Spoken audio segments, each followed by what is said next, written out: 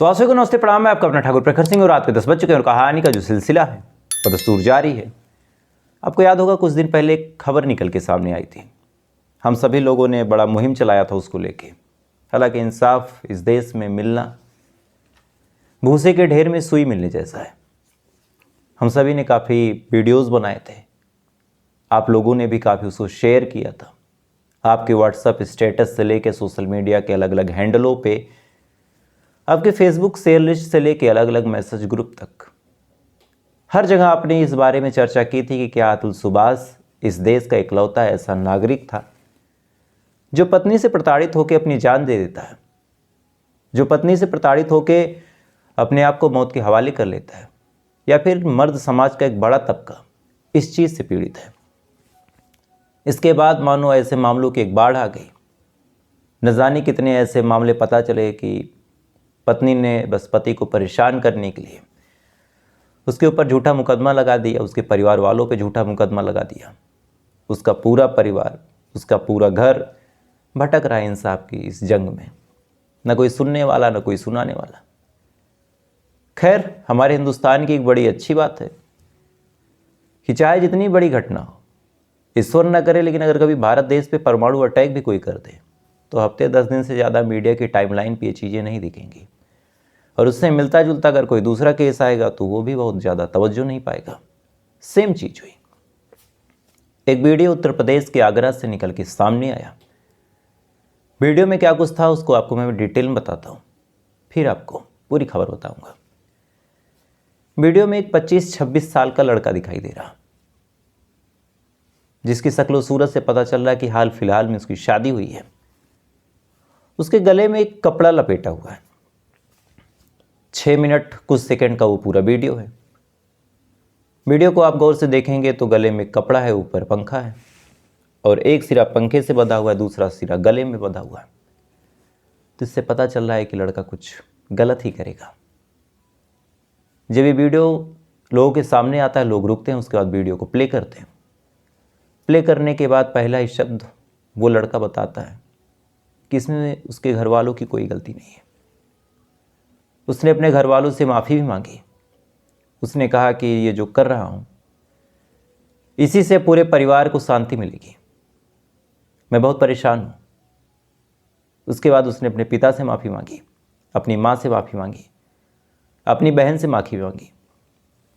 सबसे माफ़ी मांगने के बाद फिर उसने लड़कों के हक के लिए कुछ बातें कही।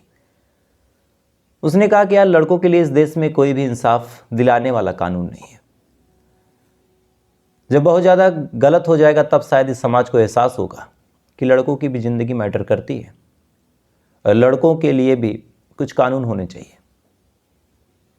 ये तमाम चीज़ें वो कहता है। कहने के बाद 6 मिनट का वीडियो ख़त्म करता है। अपना एक कंक्लूजन पॉइंट देता है कि वो अपनी पत्नी से बेचारा काफ़ी परेशान था। पत्नी ने उसकी ज़िंदगी नरक बना के रख दी थी। उसके बाद उसने अपनी जान दे दी। अब ये वीडियो जब वायरल हुआ, वायरल होने के बाद लोगों ने जानना चाहा कि आखिर ये लड़का कौन था। तो फिर आज इस लड़के की पूरी कहानी आपको बताऊंगा और क्यों लड़कों के लिए इस देश में कोई कानून नहीं। और आपको ऐसे ऐसे सुप्रीम कोर्ट से लेकर हाई कोर्ट के ऐसे एग्जाम्पल दिखाऊंगा, आप हैरान तो छोड़िए, आपके पैरों तले ज़मीन खिसक जाएगी कि यार, हम लोग इंसान हैं या फिर इसी देश में हम सेकेंडरी सिटीजनशिप रखते, यानी द्वितीय नागरिकता। पहले आप इस लड़के की कहानी जानिए। इस लड़के का नाम था मानव शर्मा।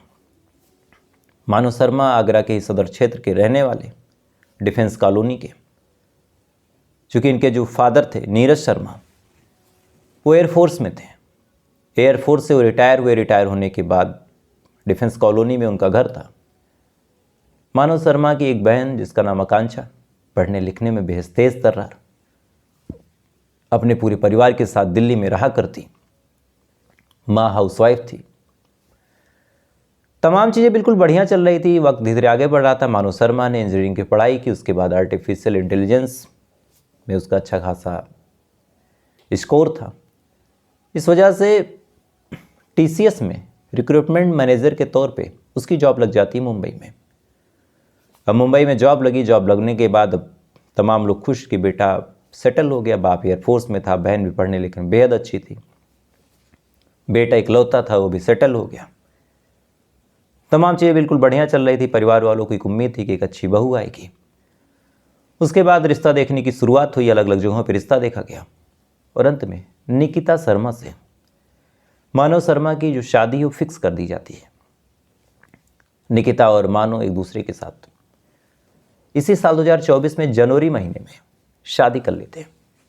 परिवार की मर्जी से ये शादी हुई थी। दोनों पहले से एक दूसरे को नहीं जानते थे, यानी जीवन की शुरुआत के साथ साथ एक दूसरे को जानना, समझना, परखना भी था।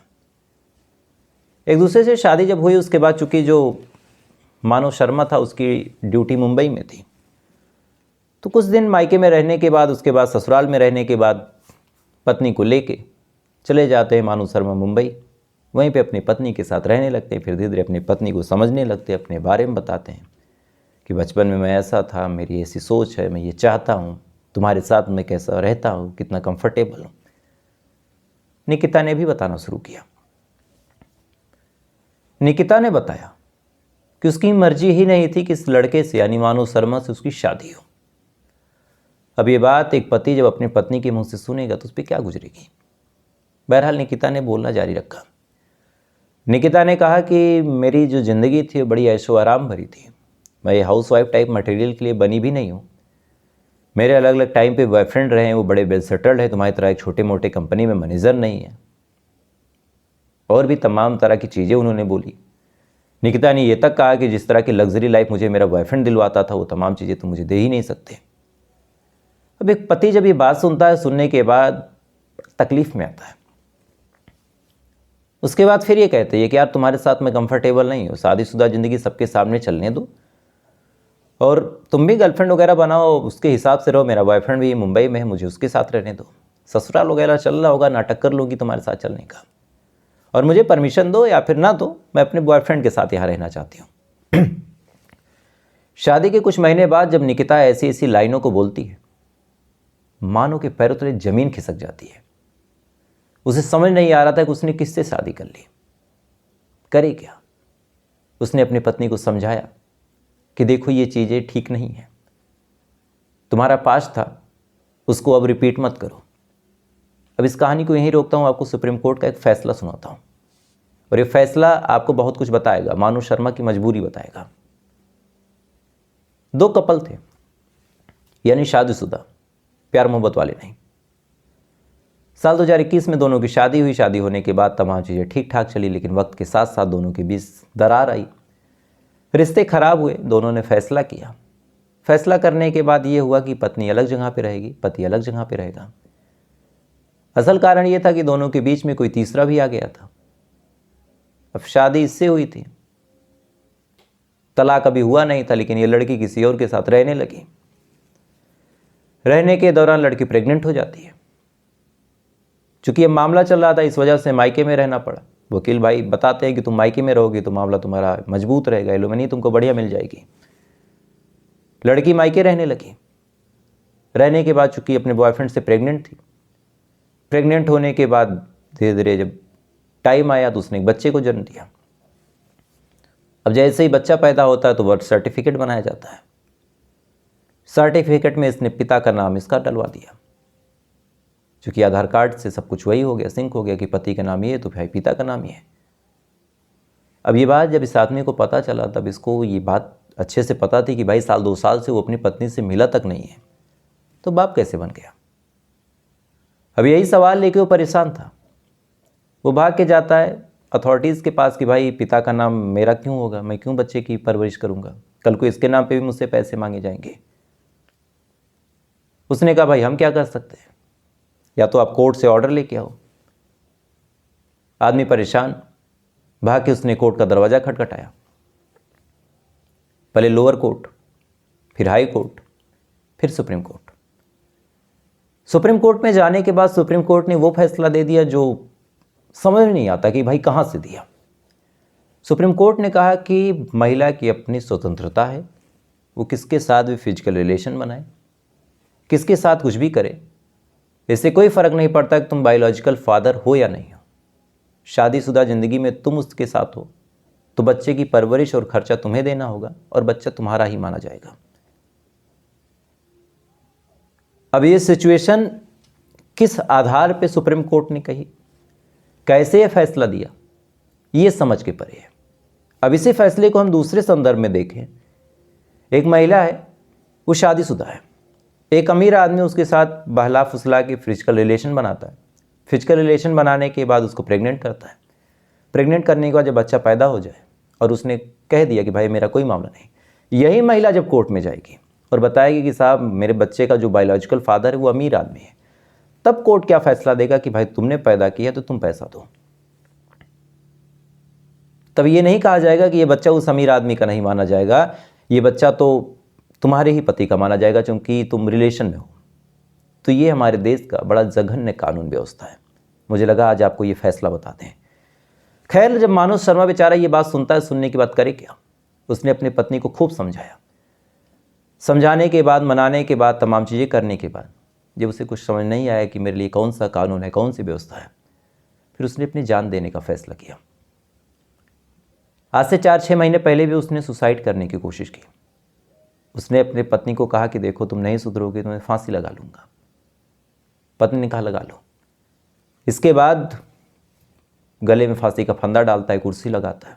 अंत में जब पत्नी को लगा मैं फंस जाऊंगी, वो आते ही आने के बाद अब फांसी का फंदा काटते ही है, काटने के बाद अपने पति की जान बचाती है। मामला थोड़ा सा और गंभीर हो गया। एक बार पति ने फिर कलाई काट के अपनी जान देने की कोशिश की। लगातार ये कंट्रोवर्सी चलती रही। 1 साल भी शादी को नहीं हुए थे कायदे से। कौन से ग्राउंड पे तलाक मिलता, कौन सी बात क्या होती, हम सबको पता है। मामला कोर्ट में जाता तो इसका क्या रिजल्ट होता ये भी हम सबको पता है। और फाइनली अतुल सुभाष का जो केस था, इसने सबको इस कदर तोड़ दिया। तमाम मर्द जाति ने देखा कि भाई इतने मुहिम, इतनी कैंपेन चलाने के बाद हम सब ने देखा कि जब अतुल सुभाष को कोई इंसाफ नहीं मिला, वो जज साहिबा बेचारी बाइज्जत बरी हो गई। उस महिला को कोई सजा नहीं हुई। अतुल सुभाष बेचारा है नहीं कि मानहानि का मुकदमा वो ठोंक दे। तो ये तमाम चीज़ें जब मानव शर्मा देखता है, देखने के बाद उसको लग गया कि शायद मुझे भी इंसाफ नहीं मिलेगा। लिहाजा फाइनली उसने अपनी आखिरी कोशिश की, एक वीडियो बनाया, समाज को जागरूक किया। जागरूक करने के बाद फिर उसने अपनी जान दे दी। जैसी उसकी मौत होती है, वीडियो वायरल होता है। घर वाले कहीं बाहर थे, भाग के घर पे आते हैं, अपने बच्चे की बॉडी को उतारते हैं, लेके आर्मी हॉस्पिटल जाते हैं। डॉक्टर चेक करते हैं। चेक करने के बाद पता चला कि मर गया आदमी। भाग के पुलिस स्टेशन जाते हैं। इत्तेफाकन उस दिन शिवरात्रि थी। तमाम बड़े अधिकारी शिवरात्रि की ड्यूटी में लगे हुए थे। FIR नहीं लिखी गई। क्या करे एक आदमी, देश की सेवा में उसने अपनी तमाम जिंदगी खपा दी। एयरफोर्स में था। मुख्यमंत्री हेल्पलाइन पे उसने कॉल किया, मैसेज किया व्हाट्सएप पे। वहाँ से आदेश आया कि भाई कार्रवाई करो, तब FIR लिखी गई। मीडिया के कैमरे जब निकिता शर्मा तक पहुंचे तो निकिता शर्मा ने अपनी एक अलग कहानी बताई। निकिता शर्मा का कहना है कि ये आदमी शराब पी के मुझे पीटता था। जो कुछ इसने आरोप लगाए ये तमाम आरोप सही हैं, लेकिन वो मेरा पास था। इस आदमी के साथ प्रेजेंट में कोई तीसरा नहीं है। यानी निकिता शर्मा ने भी अपना पल्ला झाड़ लिया। निकिता शर्मा ने अपनी तारीफ में यहाँ तक कह दिया कि इसने 2 बार सुसाइड करने की कोशिश की थी, मैंने इसकी जान बचाई थी। निकिता शर्मा ने यह कहा कि मैंने इसकी बहन से भी कहा था कि वो आदमी मर जाएगा। बाकायदा एक चैट भी उसने दिखाई। ये तमाम चीज़ें जब हम देखते हैं, तमाम ये जो थ्योरीज होती हैं हमारे दिमाग में जब पड़ता है कि भाई पत्नी ने जान बचाई। अगर आपको पता था कि पत्नी या फिर आपका जो पति इस तरह से काम कर सकता है, आप अगर उसे सच में प्यार करती थी, अपने ससुर से कहती कि देखिए ऐसी ऐसी बातें हैं, हम लोगों के बीच अनबन है, ये जान दे देंगे। आप अगर थोड़ा सा प्यार से पेश आती तो भी चाहे जो चीज़ें थी बड़ी आसान होती। लेकिन असल सच्चाई ये है कि जो मर्द जाता है, आज उसके लिए ना कोई कानून है, ना उसके लिए कोई व्यवस्था है। अतुल सुभाष के केस में मिर्च मसाला था, पहला मामला था, सबने बढ़ चढ़ के दिखाया। इस मामले को कोई नहीं दिखाएगा। मे भी इसके बाद जो तीसरा चौथा मामला होगा उसको एकदम कोई तवज्जो नहीं, सोशल मीडिया तक पे कोई शेयर नहीं करेगा। जैसे इस देश में रेप जैसी घटनाएं आम हो गई, इतनी आम हो गई कि अगर बहुत विभत्स रेप ना हो, लड़के की जान पे ना बने तो शायद FIR तक नहीं होती।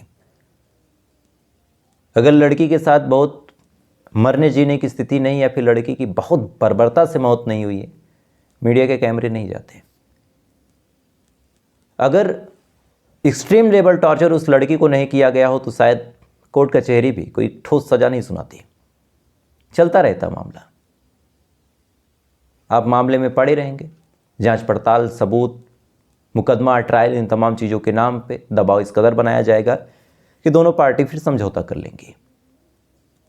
पैसे वैसे ले दे के एक ठीक ठाक लड़के से उस लड़की की शादी वादी करवाने का वादा करवा के मामले को दबा दिया जाता है।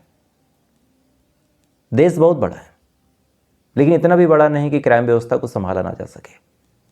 अतुल सुभाष या फिर मानो शर्मा या फिर आरजीकर मेडिकल कॉलेज में घायल लड़की, तमाम ये चीज़ें चीख चीख के कहती हैं कि कानून व्यवस्था हमारे देश की बहुत लचर है, डर नहीं है। और जब तक ये डर नहीं होगा ऐसी चीज़ें होंगी।